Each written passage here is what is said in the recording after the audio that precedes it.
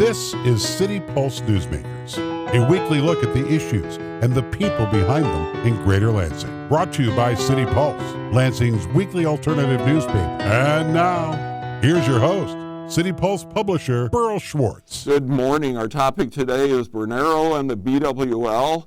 In the second half of the show, we'll talk to a current member of the Board of Commissioners and two former members. But right now, the Bernero part. Your Honor, Verge Bernero, welcome back to the show. Happy to be here. Good to see you, bro. My pleasure. I saw your State of the City address, and I have to say, I was surprised when we got to the BWL portion because of things you'd said to me and to other members of the media. I want to start with that because in the context of what I thought you were going to be proposing, you told me this: I'm in charge of the police department, I'm in charge of the fire department, I'm in charge of public service, I'm in charge of the parks. I have professionals in all those cases who do the job, who answer to me. The police chief knows he is accountable to me. The public knows they call me if they have a problem with the police department. We have civil control over it, and I've demonstrated, and I believe many other cities demonstrated, that system works. In each of those cases, there is a public service board of citizens. There is a Parks Board of Citizens, there is a police board, there's a fire board, citizens who help guide those departments. But the chief does not answer to the people, the chief answers to the mayor. That was all in context of who should the general manager of the BWL report to. What happened? Well, you'll notice I never said that I was going to propose that the Board of Water and Light chief, I never announced that he would be reporting to me. What happened, Burl, is I've been studying this. I've been trying to find accountability. I've told you and other members of the media that the decision rule, the issue, is accountability. And I'm trying to come up with a system that will assure accountability. I think the current system is broken. I've made that abundantly clear. You didn't quote that. I've said a lot about the system being broken. Let me remind you, this current system doesn't work. The idea that 8 part-time commissioners, albeit well-intended, good people, I've argued that these are good people trapped in a bad system, a system that over decades has demonstrated there are problems in terms of accountability. What the charter says, and I invite people to really study the charter, because a lot of people talk about the Board of Water and Light, including those in the media, who really don't have any idea what the governing rules are from the City Council, from the City Charter. The Board of Water and Light is an entity of the city. It is an asset of the city. And the Board of Water and Light is to be accountable to the mayor and the city council. The question is, what does that accountability look like? What is the mechanism to assure that accountability? I'm suggesting that this system, even with well-meaning, well-intended, good people at the helm of the board as commissioners, doesn't work, because 8 part-time commissioners really can't keep track of an entity like the Board of Water and Light. So one system, one way to correct that would be to have the general manager report directly to the mayor. Right.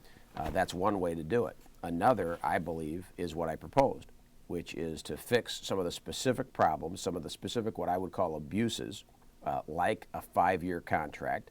I don't believe in a golden parachute when the public service, I don't believe it even in the private sector, but that's people's business in the private sector. But in the public sector, I'm against a golden parachute. I eliminated them at the city. We used to have something called comp time at the city, where administrators who were salaried employees left with $40, $50, $90, $140,000 golden parachutes. Those are very nice, but not good for the taxpayer. So really a 5-year contract for somebody like the general manager of the Board of Water and Light can turn into a golden parachute. It's a disincentive to good management, in my opinion. And you'll see this at other boards and commissions. I invite people to look at other boards and commissions around the city, other authorities that run, and I think you'll see extended contracts with which I disagree. I think there should be no more than a 1 or 2 year contract. So one of my charter amendments talks about that. One of the charter amendments talks about the problem with the attorney for the Board of Water and Light. There's conflicting controlling legal authorities over the attorney at the Board of Water and Light. Her title under city ordinance is Assistant City Attorney, Special Assistant City Attorney, which implies that she would answer to the city attorney. But in practice, that attorney has not answered to the city attorney. There's some ambiguity, even among commissioners, as to whether she answers to the Board of Commissioners, or the general manager exclusively. Does she work for both? Does she work for one? We need to clear up those lines of communication, that chain of command. That's crucial to have an attorney where you know who she answers to. Whom should that attorney answer to? I think the city attorney. I'm proposing sort of a state attorney general model. If you think about the attorney general model at the state, the attorney general provides attorneys for all the state departments. Even though the governor runs the state departments, the attorney, when they get legal advice, when they're sued or they need a contract approved legally, it's done by the attorney general. The attorney general runs all those special assistant attorneys general answer to the attorney general. Now, even though we don't have an elected city attorney, that's the model that I think works. And again, the Board of Water and Light is an entity of the city. It's an asset of the city. It belongs to the city. So to me, it stands to reason. I think the original founders would agree that the city attorney, in fact, there didn't used to be an attorney stationed at the Board of Water and Light. Now, I don't particularly care where she's physically stationed. I care who she reports to. The board, the city council and the mayor need to know what the legal challenges are at the Board of Water and Light. So I think, bring it back to its original intent and have the attorney answer to the city attorney at the city. He or she would work with the Board of Commissioners, would work on a day-to-day basis with the Board of Commissioners, with the general manager, but would report to and be accountable to the Lansing city attorney. And finally, the inspector general. The inspector general is a way to ensure accountability without supervisory control. One of the issues is, again, the charter says that the Board of Water and Light is accountable to the mayor and the city and the city council for best practices. But what I've found is that we can't get that accountability. And so I think with an inspector general who has full unfettered access to all the information, I'm not proposing any supervisory powers for this inspector general who would be a member of the mayor's cabinet. This is a person who full-time would look after the Board of Water and Light, because the reality is the mayor doesn't have time to look after the Board of Water and Light full-time, the city council doesn't, and the Board of Water and Light commissioners don't. The only one who is doing that is the general manager. And I'm all for the general manager running the Board of Water and Light, but I think it's time to instill a level of accountability, to bake in a level of accountability, and I've come to the conclusion that the inspector general could do just that, simply by giving him strong information gathering powers. You know, it has been said information is power, and I believe there's an element of truth about that, that simply by opening things up to this inspector general, who has the best interest of the city in mind, and giving him unfettered access to the facilities, the properties, the information, he can report to the mayor and the city council. Those reports will be public, of course, under FOIA. So I think it opens up, it puts sunshine on the entire situation. And why is that a better choice than having the general manager report to the mayor? Well, I would say this is sort of a midway measure. I guess I would say, let's try this. The current system is broken. There's no question in my mind that the current system is broken. The last 3 general managers have left under somewhat of a cloud with disputes, and at least 2 of those resulted in payouts, which I think, again, one of my amendments will deal with separately. But I'm willing to try this inspector general, which is short of quote unquote mayoral control. You know, the quote that you started the show with, it is true that the police chief, the fire chief, obviously mayors run cities and they run aspects of the cities, which they may not have particular expertise over because they get the expertise. And mayors are involved in the chain of command over utilities. It has been done. It's done in other cities. It's done in other cities of our size today, and it could be done here. But I think this is sort of a midway measure that will add accountability and I think perhaps solve the problem. The board still, though, would remain in charge.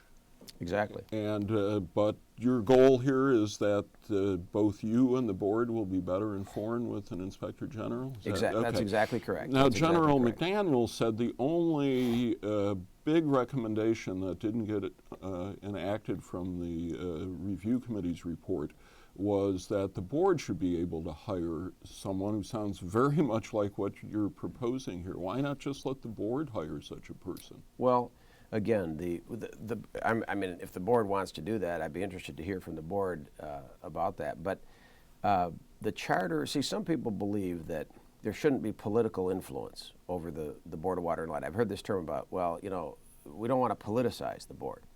And I would just say, whose politics are we talking about? There's always been politics at the board. There's politics at the board now. And of course, the founders envisioned politics because the Board of Commissioners come from the mayor and the city council. Right. So the idea that there shouldn't be political influence is just out-and-out nonsense. Let me just say clearly, it's out-and-out nonsense. That's why you have a mayoral appointee. You don't have elected commissioners. And of course, if they were elected, there would be politics around that. Politics, let's not talk about politics as a dirty word. It's the body politic. It's how the public's business gets done. I answer to the people very directly. Right. So when we talk about politics as though they're a dirty thing, you're really indicting the people. I come from the people. The people elect me, and they count on me to get things done. And so I think that the founders envisioned political influence because, again, I appoint the commissioners, they're approved by the city council, and then the charter says they're accountable to me and the mayor for best practices. But what I found is that when I talk to commissioners, and I'm not going to point them out, again, I think these are good people trapped in a bad system, they often don't have answers about best practices. They often haven't drilled down.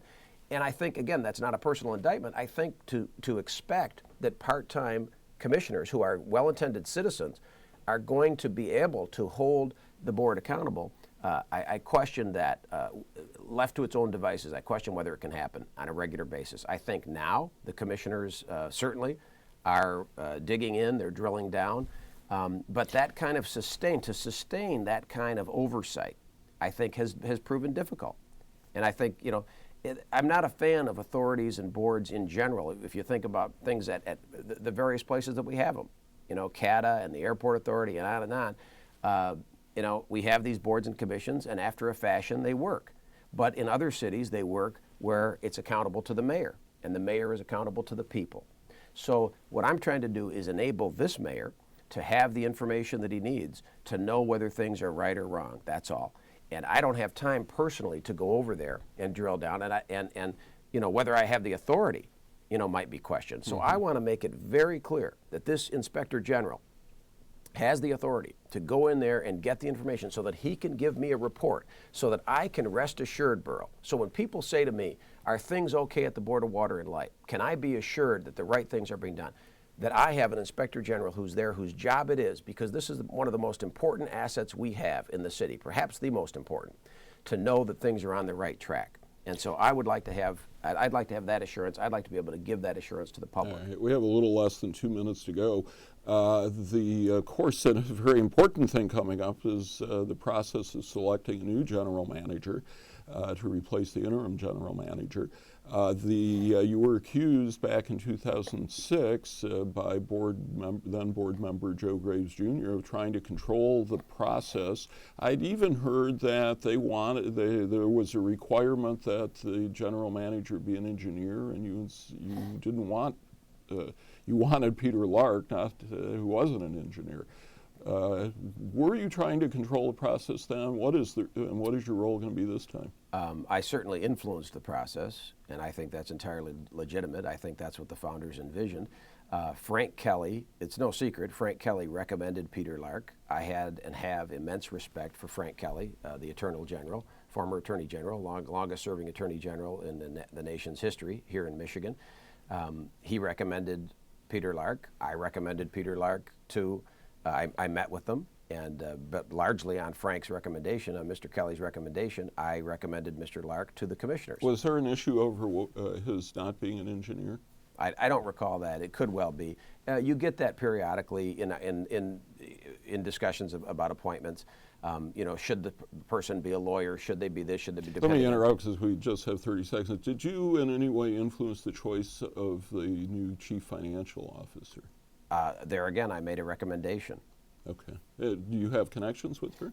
She's on our financial health team. Okay. She's, I think, a great upstanding member of the community. I think she'll be phenomenal. All right. And I was very glad to see you step on that scale at the State of the City speech because it made me feel better by 5 pounds. I hope others feel that way, and I hope others will join Lansing Loses a Million.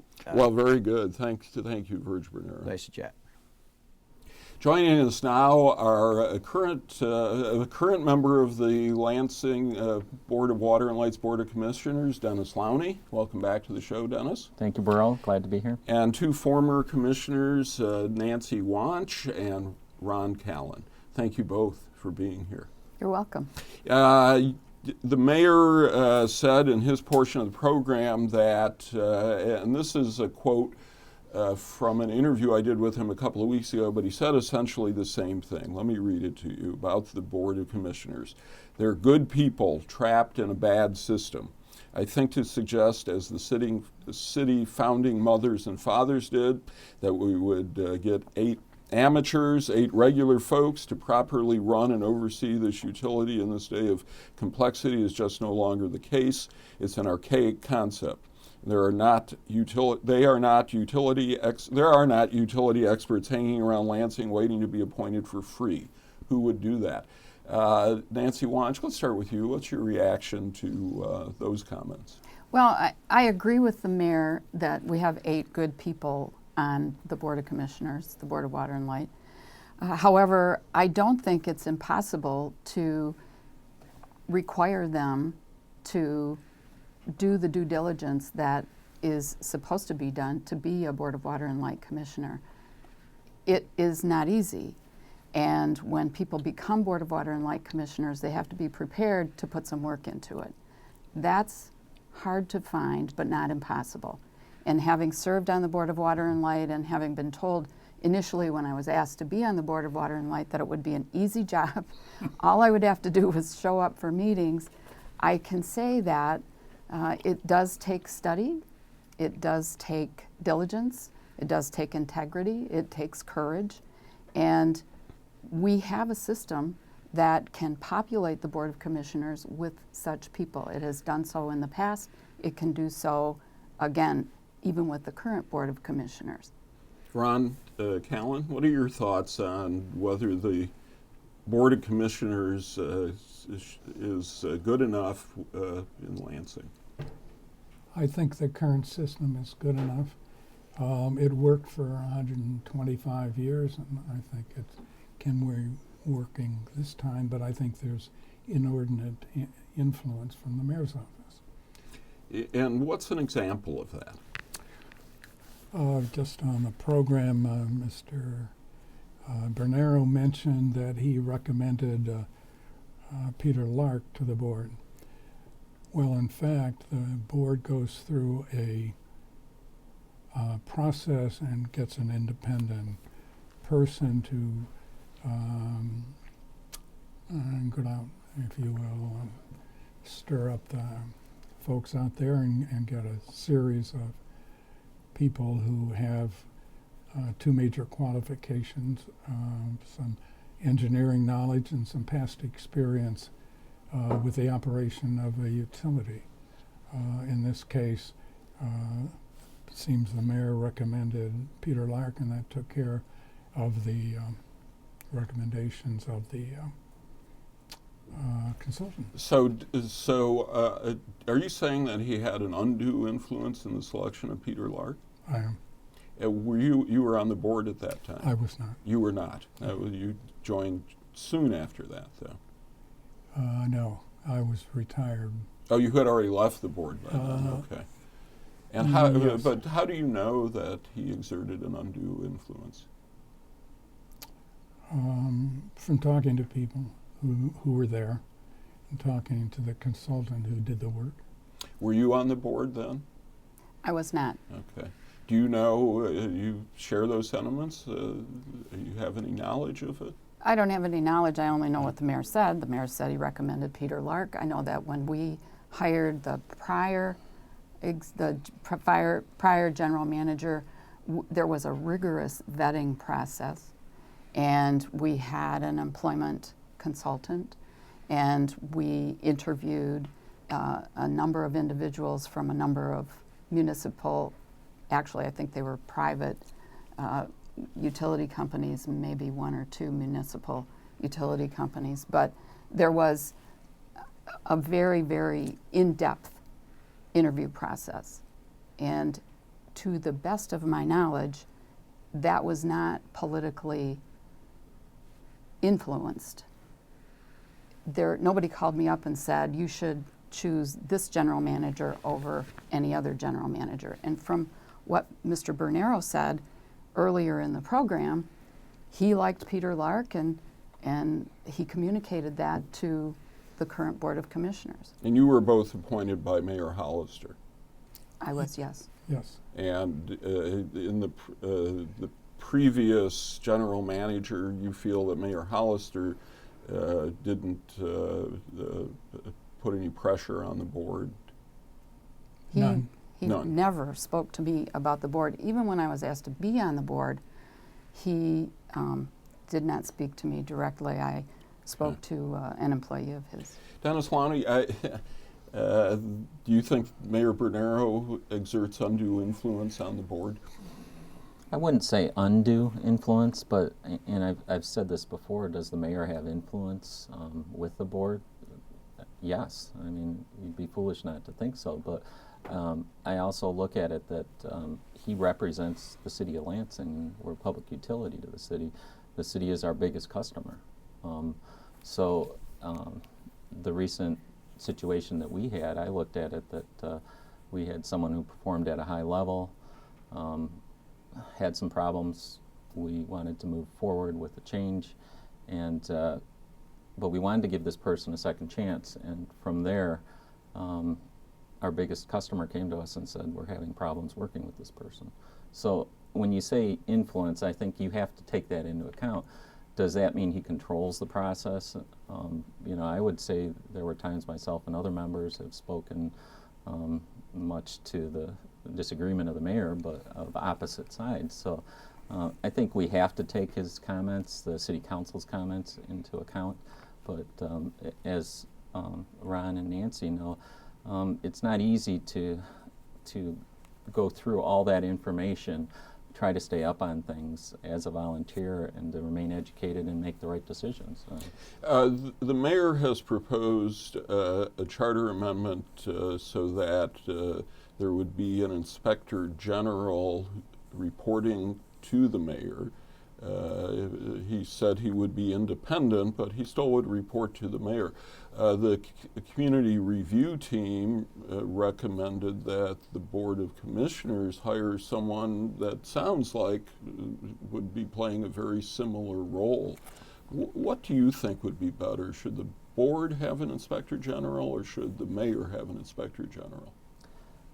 You know, I think it's an issue we've got to look more at and hear what the public thinks.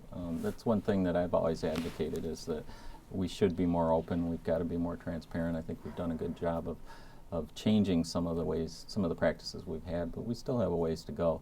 And so in answer to your question, I think the role of our independent auditor, who's an employee of our board, it was felt that that was going to be enough to look at some of these situations, financial situations that we needed to examine. Mm-hmm. I think we found that we need something more, and what I'm hearing is from the mayor and city council, they want more open pipelines. Mm-hmm. Now, it's a two-way street. You may have seen I had said that we had approached city council several times about meeting, and we got put off until the actual ice crisis and that. But I've had members that have called me on specific things, and I think when you look at the role of an auditor, should they be available to the city and the city officials? I think I don't see a problem with that. Mm-hmm. So you haven't made up your mind, though, about whether there should be an inspector no, and general. I want to hear what the public has to say. I mean, I'm really concerned about that.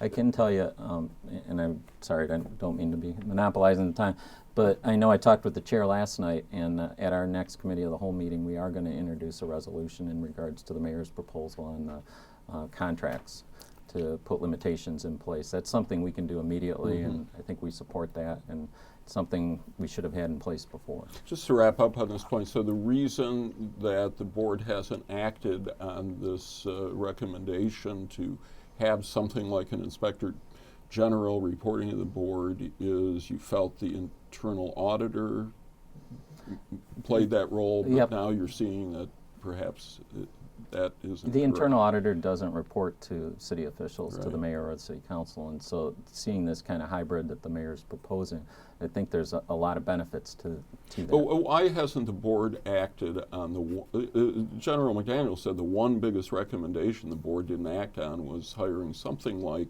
an inspector general. No one used that term, but since you've acted on all the other major recommendations, why not on that one? Well, I mean, I think our biggest reason is we wanted to see if we could have our independent auditor move forward Okay. without creating a position. I understand. Ron Callan, what are your thoughts about this inspector general idea? It seems to me the internal auditor is that kind of entity, but I think it should be reporting to the Board of Commissioners. Certainly made available to the mayor's office, but be responsible to the Board of Commissioners for direction. Doesn't the Nancy Watch, doesn't the mayor make a good point, though? This is the only entity in the city that has this independent board with real authority. The police, I mean, there is the police board of commissioners, but ultimately the mayor can overrule that.